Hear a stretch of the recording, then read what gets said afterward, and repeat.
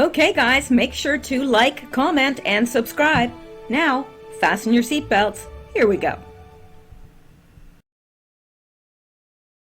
All right, guys, I'm back, and it is November 4th, Monday, and it's 10:33 p.m. Eastern Time. Boy, has this ever been a day. And I don't mean for me personally, but I just mean for the news in general. So I'm going to get right to it here because we've got a lot to cover. Now, I did have some coffee donors. I'm going to mention their names in the next video. I am only doing one video tonight because tomorrow is going to be another humongous news day. So, but I will mention them tomorrow, and I appreciate you guys so much. I can't do this without you. So anyway, let's just move to the news here. Like I said, today has been a very busy day. I have been looking at news almost the entire day. I left briefly to have supper with my parents and came back to it and have been just trying to digest all this because there's a lot. There has been a humongous dump by George Nassif. At least he goes by that on Twitter. I don't know who he really is, but there has been a massive information dump. So I was trying to read through all that. There is stuff there that is just gobsmacking. There's no other word for it. There's, the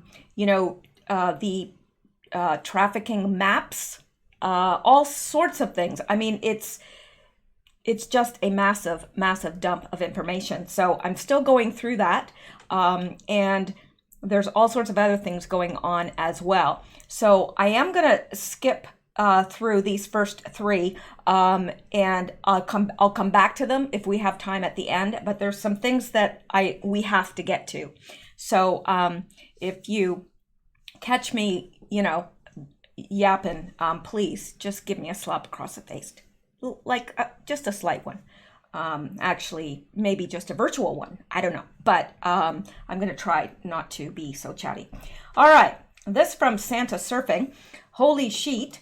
ISIS was working for Brennan. So that means Brennan approved of horrid tortures and killings. And he's responding to Luke Taylor, who said Brennan wasn't working on behalf of ISIS. ISIS was working on behalf of Brennan, funded by Department of State, missing billions. You know, how there's billions of dollars missing from the State Department? Well, yeah, that funded ISIS. So using weapons ran to Syria out of Benghazi. Yep. The captured diplomatic cables will link it all together. Riots will break out when arrests are made. Now, we're going to get into more of this because I know you're probably thinking, what? Yeah, there's so much stuff coming out right now that it's hard. I don't know. I wish that all of us alternative news sources could kind of organize and say, I'll take this subject, you take this subject, so that we could really get in depth, because I feel like there's so much to go over that I don't give any of it its proper due. But let's just go through here and we'll come back to this because we've got some articles that support that. Now, this is interesting from Bradley Brewer. Said they don't want to remove Donald Trump because he's a dirty politician. They want to remove him because he isn't. Let that sink in. And that is exactly right. If he was a dirty politician, he would have no problem at all. Everybody'd love him. The left probably, I don't know if we would love him so much. Depends on if we knew that he was dirty or not. But yeah. He just doesn't fit in. It's like if everybody at work is just cheating, doing the minimal work to get along, and then you come along and you're like, I know this happens a lot in factories when somebody is working. I've never worked in a factory, but I've heard this lots from people that have. And everybody's just doing the minimum to get along. And then somebody comes in and they're like, well, I'm going to work for my money. And so they're working and they're doing much more work than everyone else. They will be hated by everyone because everyone will look at this person going, hey, what are you doing? You're making us look bad. Like, slow down. Don't work so hard. Yeah, it's kind of like that with Donald Trump. He's making them all look bad, really bad. So let's go on here.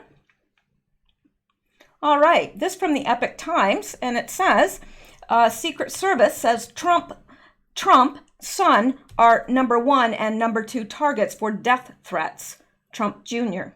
The U.S. Secret Service has listed President Donald Trump the #1 target of death threats in the United States. Donald Trump Jr., his son, is #2 on the list, according to a new book from Trump Jr.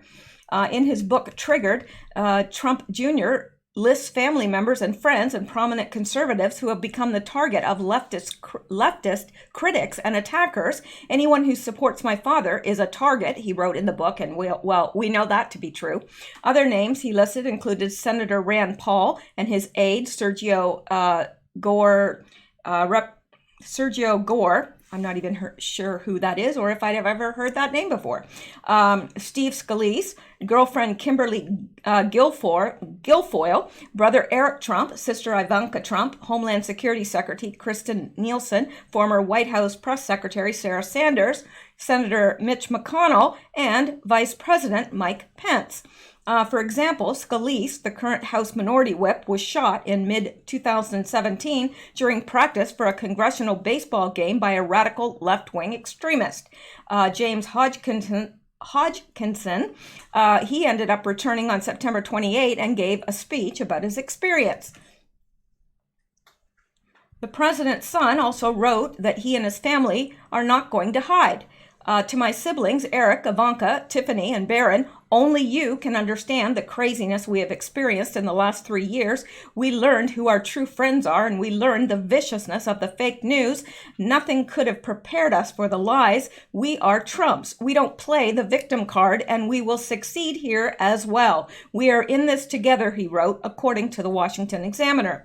Trump Jr. also expressed surprise that he became a target after he supported his father in speeches to promote him. These people are so irrational, hysterical, upset, and out looking for enemies. I should know, he wrote in the book. I became one of their top targets.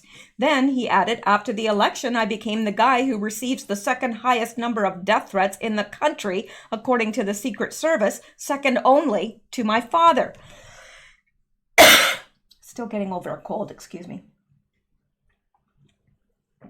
I know I shouldn't be drinking Diet Coke. I know. All right. And let's go down here. They're a good-looking family, aren't they, really? I mean, seriously, they're a good-looking family. They're just all very attractive people. In a recent example, the Secret Service interviewed rapper Eminem about threatening lyrics against Trump. Time to bury him, so tell him to prepare to get impeached, wrote the 47-year-old rapper, according to The Hill. The Secret Service wrote that the song lyrics are exhibiting inappropriate behavior and threatens Trump. The lyrics, according to the website, in a report last month, also touched on Trump's family. The younger Trump's book is due out on Tuesday, November 5th. That would be tomorrow. So there you go. Imagine living your life as the person who is the most threatened, or the person who is the second most threatened person in the United States. Imagine how you would look over your shoulders. I've been threatened before, serious threats, death threats, and I know how it made me feel and how I looked over my shoulder all the time. So yeah. I can't even imagine what it would be like to be Trump. I can't imagine, nor would I ever want to be in a position like that. Not only am I not qualified, but I just don't think that I would have, I don't know. He's got superhuman strength. I really do believe that the Lord is helping him, because I don't know how he does it, to tell you the truth. I really don't. But let's go on, because there's more to get to. Always more. And this from Educating Liberals. Dear liberals, why is it okay for Biden's son to take money from China and Ukraine, but it's an impeachable event for Trump to even talk about it? People with brains would like to know. Yes, I think people with brains would like to know. And I would like to think that all of us have brains. So we would definitely like to know. I would. Doesn't seem quite right to me, but, you know, nothing that's happening right now in terms of what's going on with the Liberals. None of it makes sense to me at all. At all. And I don't know how they're getting away with it. Eventually, I think we will find they haven't gotten away with it. And I think they're being allowed to continue for a reason. I really do. Because if they wanted to shut it down, they could.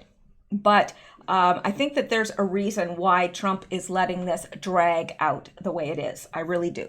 And I think that they are just painting themselves into corners, which they will then never be able to get out from. So let's look at this. Whistleblower will not answer questions from Republican lawmakers, will write them instead. Are you kidding me? Now, this is from November 3rd. So this was Sunday that it came out. So it's still pretty new news. They should make like a little chart of news is really news in this time frame. After this time frame, it becomes slightly used news. And then, you know, I'm just saying. The anti-Trump whistleblower who is so eager to file a complaint against President Trump for an inappropriate phone call with the Ukraine president is not at all that eager to answer questions from Republican lawmakers. Gee, I can't imagine why. House Republicans have been pressing to question the whistleblower. However, they have come up empty, considering House Democrats do not want the whistleblower's cover to be blown. Instead, Mark Zaid, the lawyer for the anonymous whistleblower, he's not anonymous anymore. I mean, they can say that he's anonymous. He's not. We all know who he is. Revealed to the Republican representative, Devin Nunes, that the whistleblower will provide Republican lawmakers with written answers. Yeah. And here, Mark S. Zaid, news alert, our legal team offered GOP direct opportunity to ask written questions of the whistleblower. Recent GOP messaging led by President Trump includes this morning, has been to highlight original whistleblower and demand disclosure of identity. Everybody knows who the identity is. Well, I'm sure they're not out there, you know, blasting it with trumpets, but definitely the alternative media knows. Eric Charmella. Zaid continued by saying that Republicans would expose the identity of the whistleblower, which would threaten their safety as well as that of their family. Everybody knows.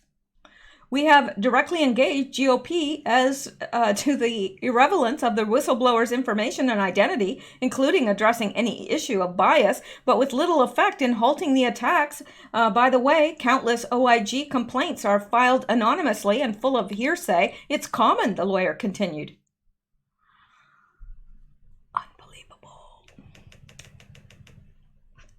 And it says, despite longstanding policy of HPSCI to protect whistleblowers, especially anonymity, by the way, this was consistent with my efforts with GOP on Benghazi. GOP has sought to expose our client's identity, which could jeopardize their safety, as well as that of their family.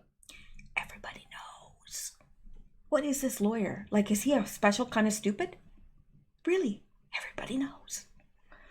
We have directly engaged GOP as to the irrelevance of the whistleblower's information and identity. Well, if his information and identity is irrelevant, then what's the whole impeachment thing over? Huh? I don't know.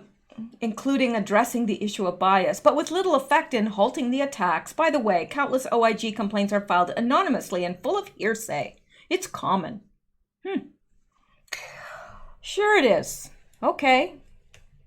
Zed argued that the whistleblower's job is not a partisan job, nor is impeachment an objective. This is simply untrue, considering the anonymous whistleblower had close ties to former Vice President Joe Biden, as well as corrupt former CIA Chief John Brennan. He continued, so we have offered Devin Nunes, ranking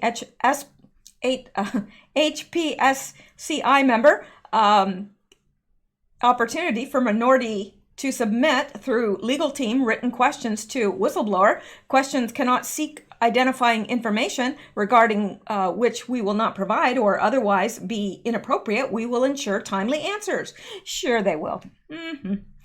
Yeah. So, on Thursday, the Democrat-controlled House of Representatives voted in favor of formally beginning the impeachment inquiry against President Donald Trump by a vote of 232 to 196. Republicans quickly made sure to shred House Democrats for the bogus move. They don't agree with the results. With the 2016 election, Representative Steve Scalise said on the House floor on Thursday while standing next to a hammer and sickle poster which reads 37 days of Soviet-style impeachment proceedings. This is Soviet-style rules, he said. Maybe in the Soviet Union you could do something like this. This is the United States of America. Don't run a sham process, a tainted process, Scalise added. The impeachment inquiry seems to be hurting the Democrats, considering it is firing up President Trump's base. On Friday morning, President Trump's campaign manager, Brad Parscale, revealed just how much money President Trump's campaign was able to pull in after the Democrat-controlled House of Representatives voted in favor of setting the grounds for, jumped too far ahead. Setting the grounds for the impeachment inquiry into the president. Nancy Pelosi's impeachment resolution day turned into a massive fundraising day for real Donald Trump, Parscale said. He had revealed that the campaign was able to raise $3 million in one day, which brought their total online donations for October to $19 million. Yeah, right. The people, the American people hate Trump. Yeah, they're able to raise, in October, $19 million. 19 million with an M. Yeah, but yeah, right. Everybody hates Trump. They want him impeached. They want him gone. Right. Okay. I believe that. Sure, I do.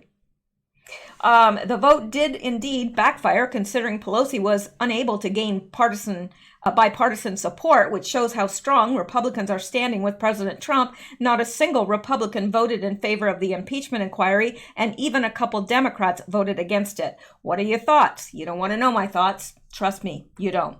All right, let's go back now. And this is interesting. This from Bible Belt Mama. Bible Belt Mama. I like that name. This is Joe Biden's brother, James Biden. While Joe was vice president, James got a $1.5 billion, $1.5 billion with a B, construction contract in Iran with zero construction experience. Kind of like, his son Biden, who got a big job with, an energy company. He didn't have any experience in that either. Yeah, nepotism runs deep in that family, doesn't it? Absolutely. The whole darn bunch of them are the same. They're cut from the same cloth. Now, this from John Solomon. Breaking memos detailing Hunter Biden's contacts with Obama State Department released.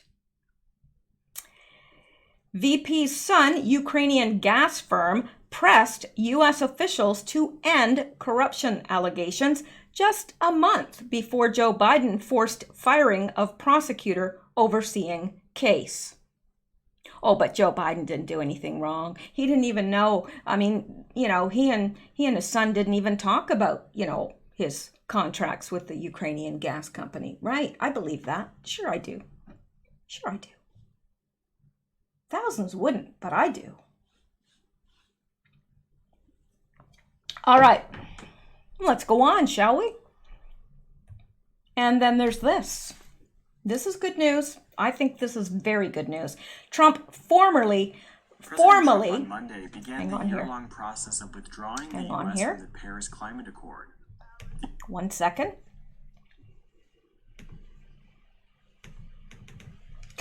No, I don't want the latest from the Hill.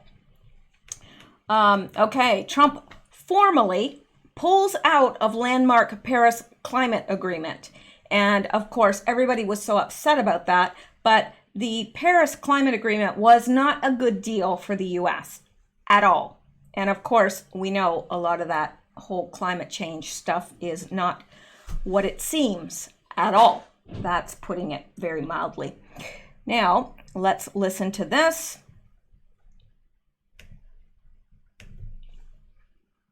President Trump on Monday began the year-long process of withdrawing the U.S. from the Paris Climate Accord.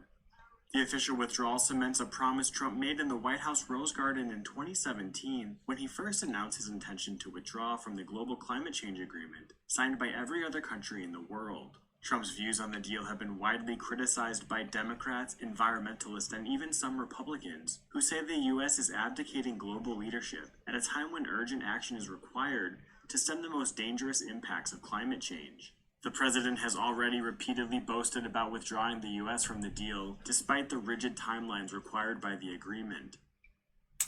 Yeah, so this is good news. This came out today.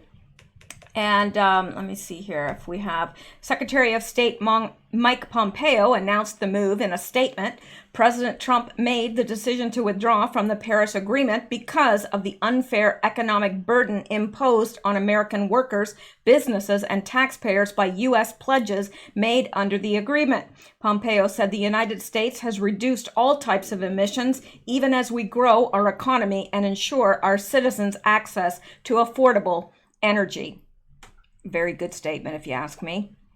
The U.S. approach incorporates the reality of the global energy mix, he added, arguing innovation and open markets will drive emissions reductions. Trump's views on the deal have been widely criticized by Democrats. Well, what hasn't been criticized by Democrats? I mean, my gosh, everything that comes out of his mouth is criticized. Anyway, they've been widely criticized by Democrats, environmentalists, and even some Republicans who say the U.S. is abdicating global leadership at a time when urgent action is required to stem the most dangerous impacts of climate change.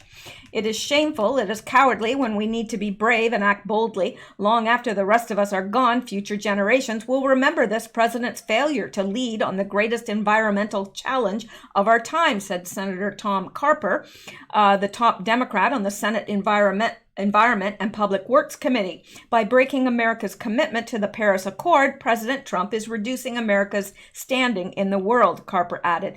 This calls for a collective eye roll. I'm telling you right now, collective eye roll.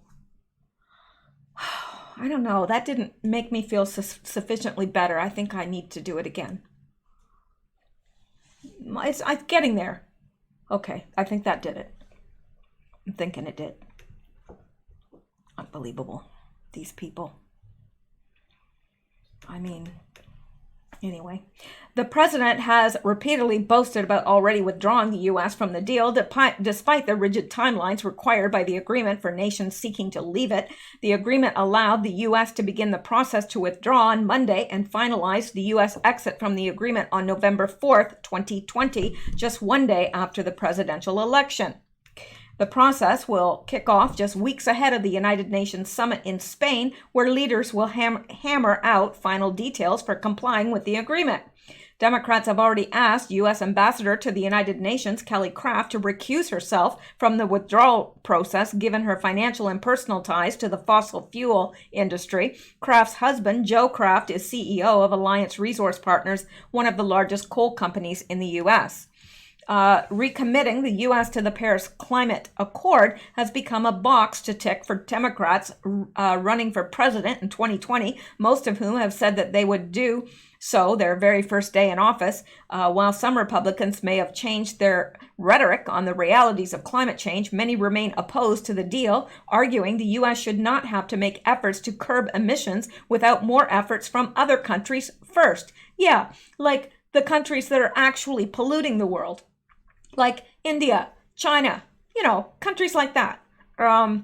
America is way down the list on, of polluters. And America has taken good many steps in reducing it. So anyway, House Democrats have taken steps aimed at preventing Trump from leaving the climate pact, passing a resolution in May that would block the move. Senate Majority Leader Mitch McConnell immediately said the bill will go nowhere in the Senate. Climate experts have called the Paris deal the price of admission to the climate conversation, but warn that even the near global effort may fall short of the action necessary to limit rising temperatures. The landfall kickoff earned harsh rebuke from environmental groups. Donald Trump is the worst president in history. He's going to take us out of the Accord. Didn't I sound like a Democrat there? Really? I can do it again. Everything Donald Trump does offends me. I'm so offended. All right, we can go on now. I think that's enough. Climate change won't be solved without a global effort. Well, we know that. It won't happen without U.S. leadership. But the thing is, why should the burden of it fall on the U.S.? I'd like to know that. Really, I would. Anyway, I mean, you can't even get a straw in Canada now. It's hard. They're making all these stupid drink lids with like sippy cups, like we're 2 years old. And you're driving, you're dressed up, you're going somewhere, and do you want to be drinking out of a sippy cup and it's ridiculous. Anyway, that has nothing to do with what we're talking about. I don't know where that came from. Just pretend like you didn't hear it. All right, let's go on now.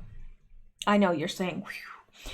All right, this from Colin, breaking. Now, this is getting into what is very, very interesting today that happened and what is coming out tomorrow at 9 a.m. It will, from all appearances, shock the world. Are you ready? Breaking. New York Police Department Commissioner James O'Neill has just submitted his resignation to Mayor de Blasio. Wow. Not only have a bunch of them commit suicide, but now the commissioner is resigning. Gee, wonder what that has to do with. Right after Project Veritas announced that an insider has provided them with secret video recordings on the Epstein cover-up. It will be released tomorrow at 9 a.m. And Project Veritas, what's his name? James O'Keefe, said that he had initiated the dead man switch. He's getting all sorts of death threats, and Alex Jones is talking about, everybody's talking about it. It's all over Twitter. And he stated on Twitter, let me see if I can find it. Yeah, hang on here. This is the Dropbox of all that information that I'm going through, and it is a laborious task. There's so much stuff there. And I'm going to be getting into some of that stuff as well. Not in this video, but in the coming days. Now, let me see if I can find this. What is it called? Project. Project. I want to show this to you because it's serious. And you know the work that Project Veritas does. So, is that how you spell it? There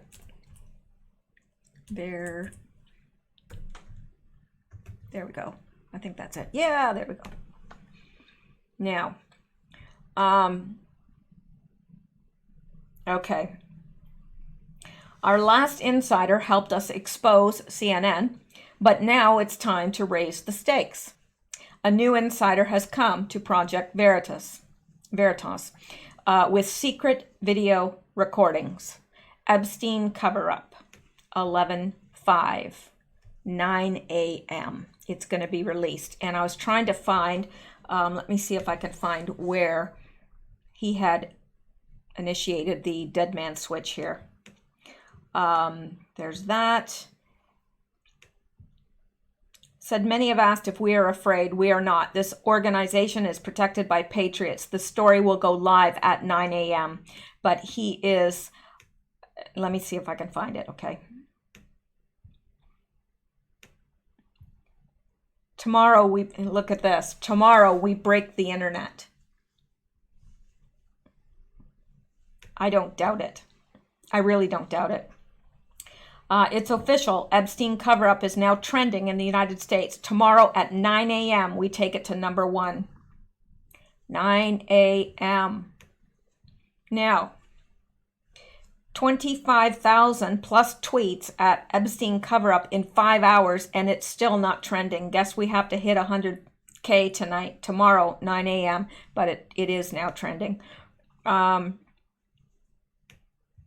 this is interesting because this person, Jeremy Boring, responds kind of tongue-in-cheek, saying, before his tragic suicide sometime tomorrow morning, I knew James O'Keefe and admired his work.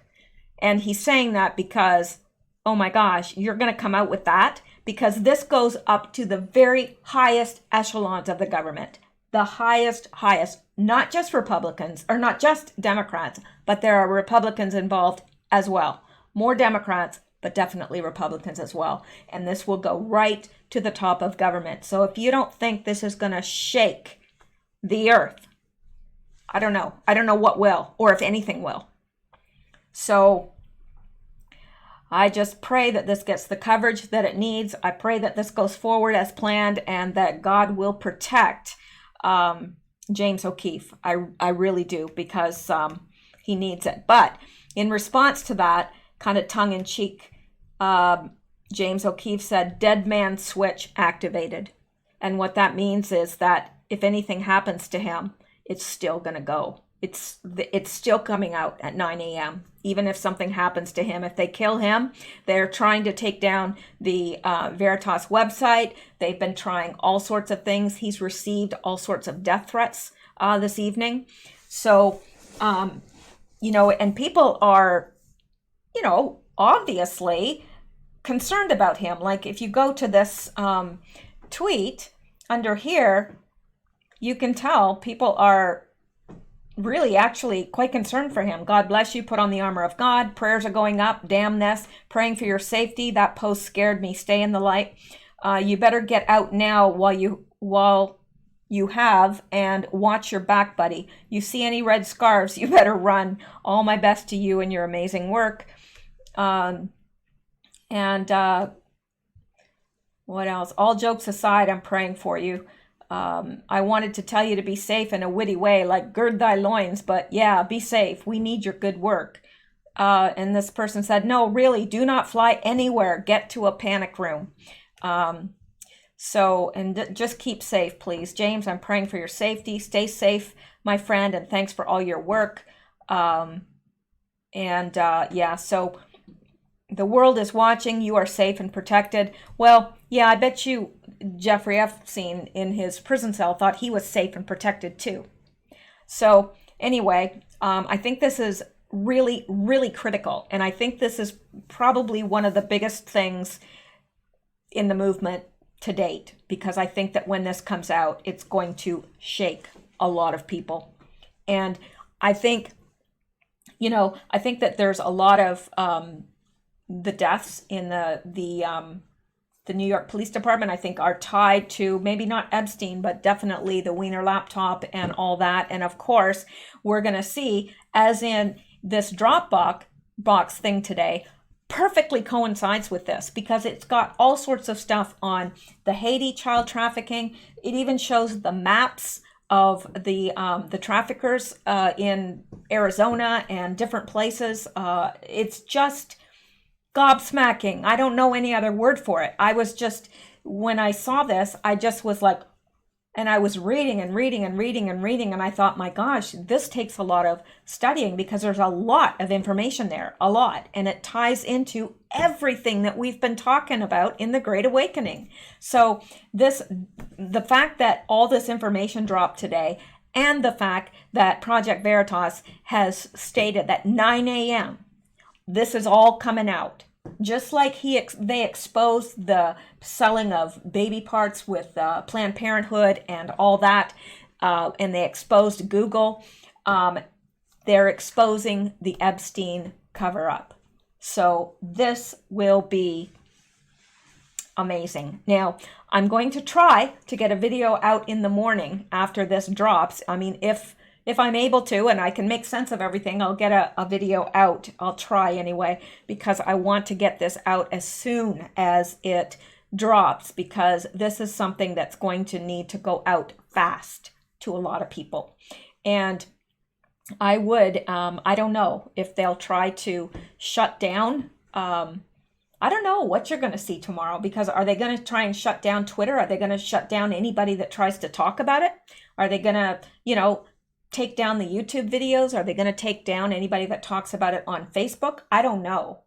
So if I do release a video in the morning and you see a video from me in the morning, which is extremely rare, and it has a title that doesn't refer to Epstein, you will know why.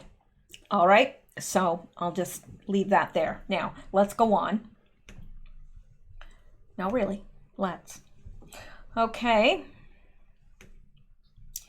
Now, and Ben Chastain, replying to James O'Keefe, says, is this the real reason why New York City Police Commissioner James O'Neill resigned today?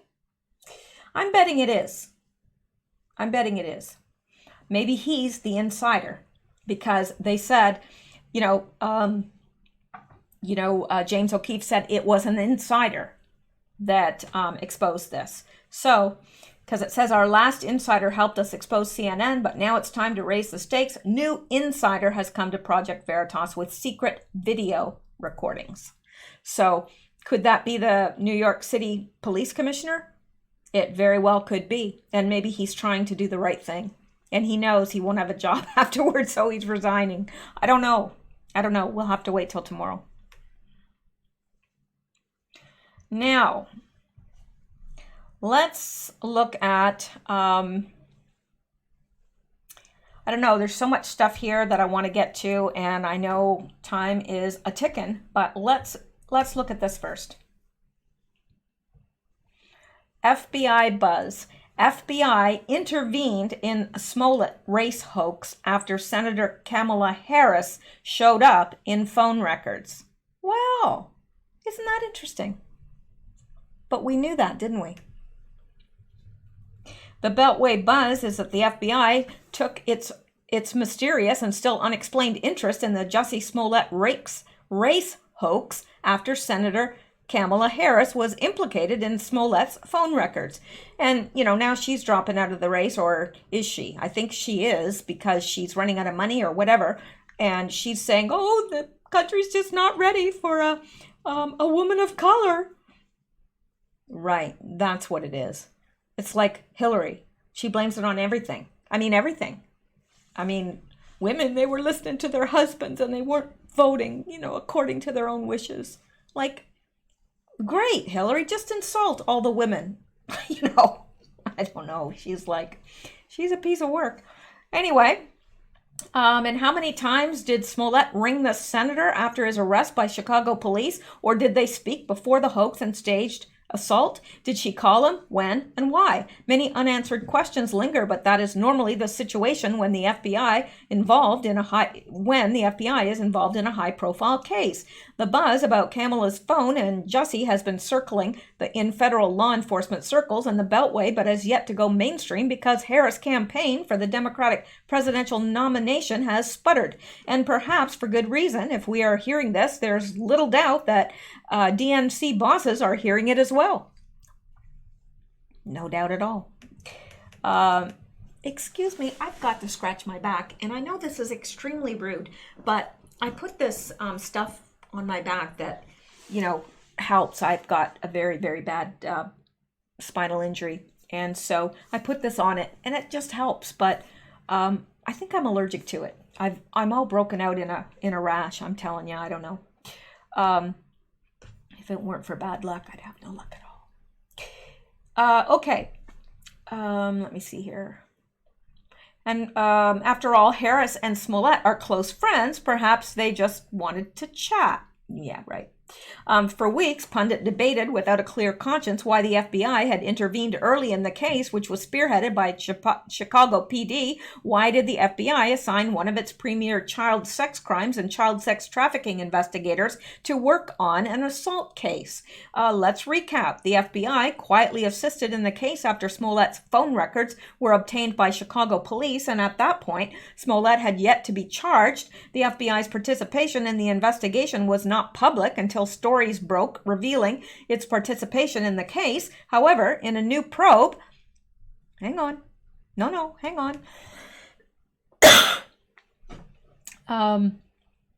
In a new probe in the case, where was I? Its participation. Okay, however, in a new probe, after charges against Smollett were mysteriously dismissed, the FBI launched a separate investigation to pinpoint why the charges were dropped and who tampered with the investigation. The investigation appears to be ongoing. Now, Senator Kamala Harris intel dovetails into the FBI initial unexplained intervention in the case. If phone records from Harris, her office, or her surrogates were flagged on Smollett's communication before or after the alleged race hoax, it is understandable why a left-leaning and corrupt FBI would be asked to step in and disarm this power keg. Internal Chicago police records show detectives employed a top FBI supervisory special agent specializing in investigating the trafficking of sexually exploited children, child prostitution, and aggravated child sexual abuse to help investigate the Smollett assault hoax case. During early stages of the investigation, records show Chicago police shared intel with the FBI, and the FBI special agent Gregory Wing was working the investigation daily alongside city detectives. But Wing supervises the Child Sex Crimes and Violent Crimes Against Children Squad in the FBI Chicago field office and is considered one of the top agents investigating child sex trafficking in the country, according to the FBI. Excuse me. I hate that because then I lose my place.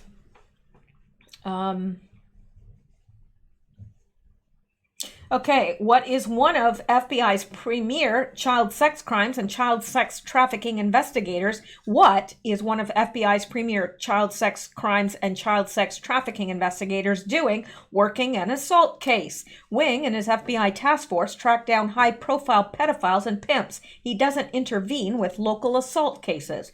One internal Chicago PD document from the Smollett case states, per request of FBI Special Agent Greg Wing, that the forwarded copy of the search warrant number 19SW5223, which was issued pertaining to the Apple Incorporated held iCloud account controlled by Jussie Smollett, to FBI analyst Mariela Lopez via email. The received an email reply. This is not written well and it's hard to read. It should be the received email reply, not the received an email reply, indicating receipt of this document. The request is why.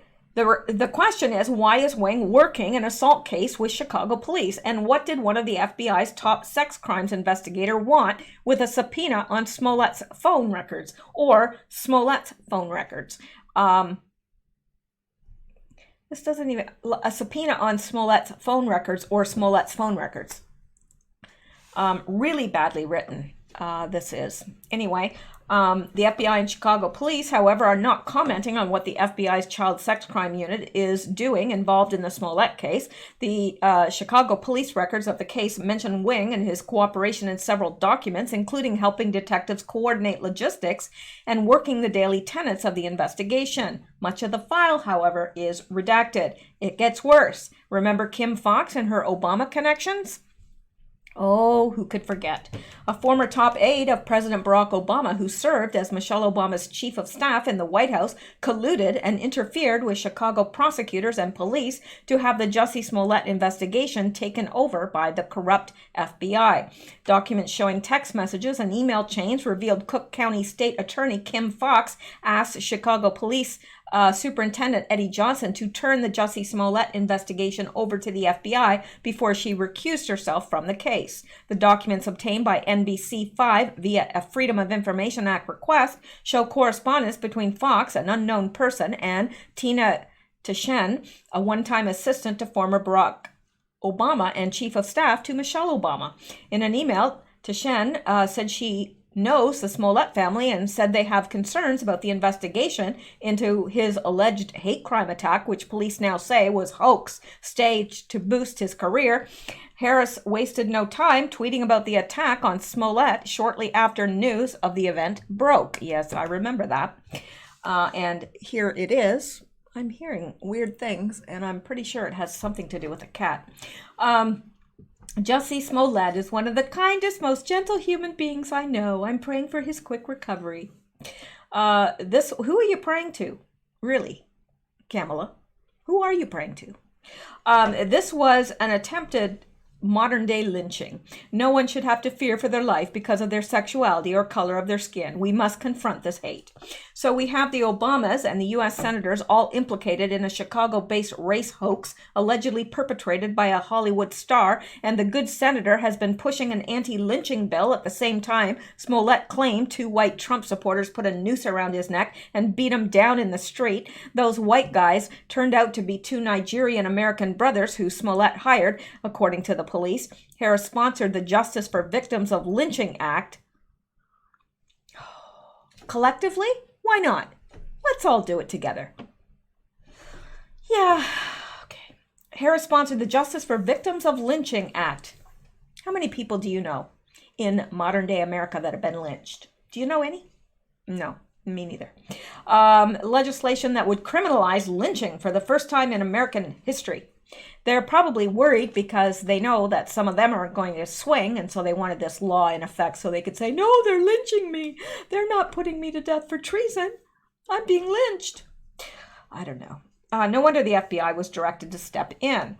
It got out to the public about a cover-up like this. It could be bad for all involved. Conveniently, Harris' bill was passed in the Senate in February, 16 days after Smollett was attacked, yet before details went public that the assault was staged. Lynchings were acts of violence. They were horrible, horrendous acts of violence, and I agree. And they were motivated by racism, she said. With this bill, we finally have a chance to speak the truth about our past and make clear that these hateful acts should never happen again. And no, they shouldn't. I agree. But I didn't know that they were still happening. Did you? I don't know. Irony is a funny thing, Thomas Paine said. And it says, anyone see Jussie Smollett lately? I'm sure the feds are working hard on that case. Rumor, Kamala's phone popped on Jussie's phone records hours after the hoax. Little wonder she is poised to drop out of the presidential race. Can you imagine if that went public? I guess it just did. Oops. Yeah. And this is from today. No, it's from yesterday, actually. Sorry. Today's the 4th. I say that for my benefit. Not yours. You probably know what day it is. All right. Now, let's take a look at this. And then I think I'm going to leave these other 2 for tomorrow. We'll see.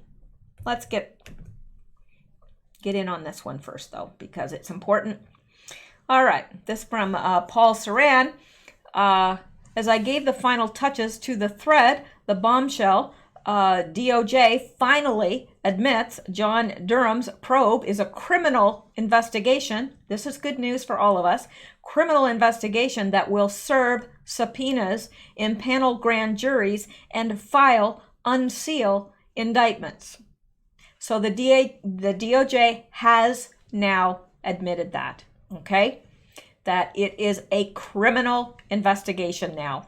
They will serve subpoenas, they will impanel grand juries, and they will unseal indictments. So really, I mean, it's a good time to celebrate. I mean, get up and dance. Do something. I may be sitting down, but I'm dancing on the inside. This is part of the story of the year of the boomerang, when the leader of the free world fought back against his treasonous enemies by the book without social upheaval. Yeah, I think it's going to go down in history, really. I mean, Trump, I don't know. How do you even top that? I mean, anybody that we would have as president after Trump would be a chump, really. It'd be like, who'd want to follow that? In the beginning, there was A.G. Sessions. Scared patriots were sure nothing was happening. Nothing was ever going to be investigated. But not us. Q had hinted that a prosecutor was working on it from outside the swamp. A short time later, Sessions confirmed in an interview that U.S. attorney from Utah, remember? Was that it? Trust Utah? Wasn't that what he used to say? Or do I have that mixed up with somebody else? No, it was Mike Pompeo. Where's he from? I remember he was saying. Anyway, I just have to talk to myself like that sometimes. A short time later, Sessions confirmed in an interview that U.S. attorney from Utah, John Huber, was tasked with investigating the origins of the Russia probe. Sessions' appointment, I like this because it goes right through it and very easy to understand. Sessions' appointment of Huber was a reaction to a letter by Republican senators. So for quite a while, we saw that as a Sessions-Horowitz-Huber operation. But we also knew that this was a multi-pronged attack prosecution, no single shooter or half-assed attempt. Well, there couldn't be. There really couldn't be. This had to be done with military precision, really. I don't know. Yes, they haven't completely pulled it off yet, but I think they're very, very well on their way. I don't think it can be stopped now. So on December 12th, miraculously replying to a thread of mine on Huber, Q posted, "What if there's another prosecutor outside DC assigned by Sessions with the same mandate / authority? One for the history books? Not long now. Q." That was December 12th, 2018. So that was not quite a year ago, but almost. And then he also said, "Goodbye, Mr. Rosenstein." Rod Rosenstein still overseeing special counsel. Schedule for tomorrow. Where is Huber? Nobody is above the law. The world is watching. Q. And one for the history books. That's when we learned about the existence of the stealth bomber, the tip of the spear, the end game, John Durham. But before he was to be revealed, many changes were to take place in the DOJ. POTUS brought in a kick-ass new Attorney General, William Barr, to reboot the narrative, although the investigations were ongoing. Barr explains his need for a review of the origins of the Russia probe for the lack of explanations that he got as the new Attorney General.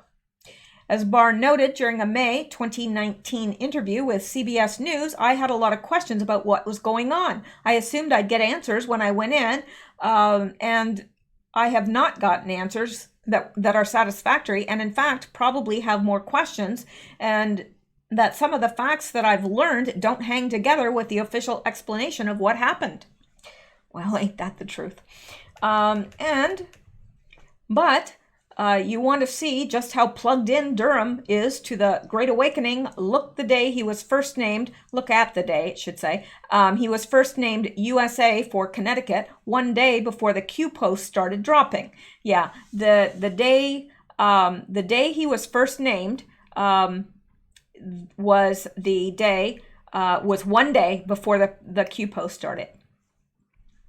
So Durham was named U.S. Attorney 1 day before the Q drops started appearing. Now, Q drop 2604, forced release of Huber's name, created another variable. Why would we tell you the plan if in doing so also alerts those who we are actively engaged in hunting? Well, that's a good question. Excuse me while I itch my nose. first order of business for Barr was to close the ridiculous Mueller probe, which he did incredibly fast. The style of communications they chose to utilize relies heavily on euphemisms, no investigations, just reviews, no interrogations, just interviews. He is taking a look, is interested in finding out, etc. The man they chose for the most important prosecution ever is John Durham, a veteran prosecutor who has locked up scores of mobsters, successfully prosecuted dozens of corrupt politicians, helped develop a widely imitated strategy against inner-city gun and drug violence. Durham, a Republican, accepted controversial assignments for successive presidential administrations of both political parties. Read below what the lawyers with whom he contended in court said about him. He can be a hard guy, but if you show him something, he will reconsider. He's tough, but he's fair. He's such a decent guy. You can't hate him, Cardinal said. That can make it hard to get motivated. John's style is dogged and focused, Mr. Clark said, because he is so intent on following the facts. He refused to become involved in any political dimension or detour. All right, there's an animal outside of the window, and the cats are not happy about it, but they'll be all right. Glad there's a thick glass there. That's all I can say. All right, so even on Slate, no one has anything bad to say about Durham, a veteran prosecutor whom everybody describes as tough and relentless. So it came to be that POTUS nominated Durham, and his nomination was confirmed by voice vote of the Senate. But first, he had to fill a questionnaire about his career that's actually his best interview. Let's check it out. Let me see here. From the beginning, trying minor cases through his stint in New Haven's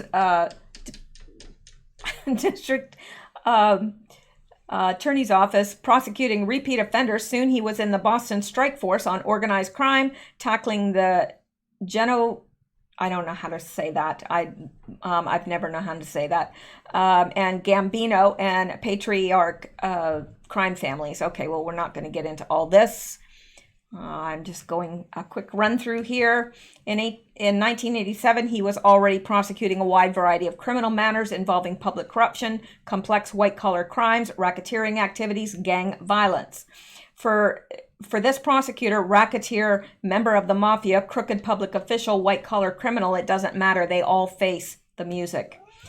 He has convicted those guilty of high-profile Ponzi scheme, mortgage fraud scheme. He is unimpressed by rank and has prosecuted a crooked governor that pled guilty.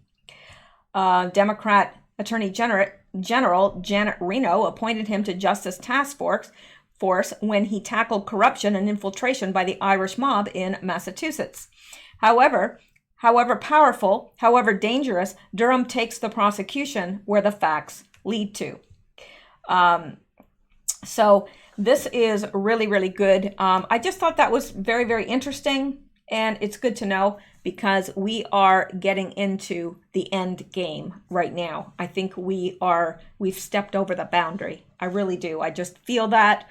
Now, maybe you guys feel differently, and if you do, put it in the comments below because I do comb through those comments and read them, and so do other people. So, and you don't have to agree with me. Certainly not. I will never, remove a comment just because you don't agree with me ever. If it's, as long as you're being polite. But yeah, nobody agrees with, if you agreed with everything I said, I would really question your sanity, honestly, because we all have different opinions on things. I think that we probably have a similar way that we're viewing this, a similar frame of reference on this particular topic in politics, but that doesn't mean we all think exactly alike. So we don't have to. We can respect each other without agreeing about everything. So anyway, let's go back here, and I'm at an hour right now, and I do want to do some more research tonight because there's been such a large drop, and I really do want to get a jump on it and spend at least a few more hours studying that and seeing what I can glean from it. And I will be on this tomorrow morning about this big drop about Epstein. I think it's going to be, I don't know, I think it's going to be epic. I used to call them epic find. Well, I think this is going to be an epic find, like for real.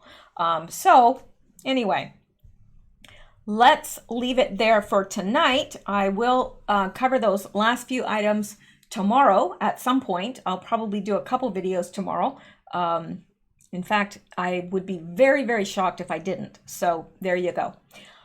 All right. Well, you guys stay safe, stay well, stay blessed, and pay attention, because we're in treacherous times right now. We really are. And it wouldn't surprise me. Anything like, an FF wouldn't surprise me at all. I'm not saying that it will happen, and I definitely pray it won't. We do not need any Americans harmed. I think it's bad enough what is going on in California. I think it's criminal, and that I will get back into that. But right now we need to get this stuff covered. So, all right, that's it for now, and I will see you tomorrow. Stay safe, stay blessed, and keep seeking truth.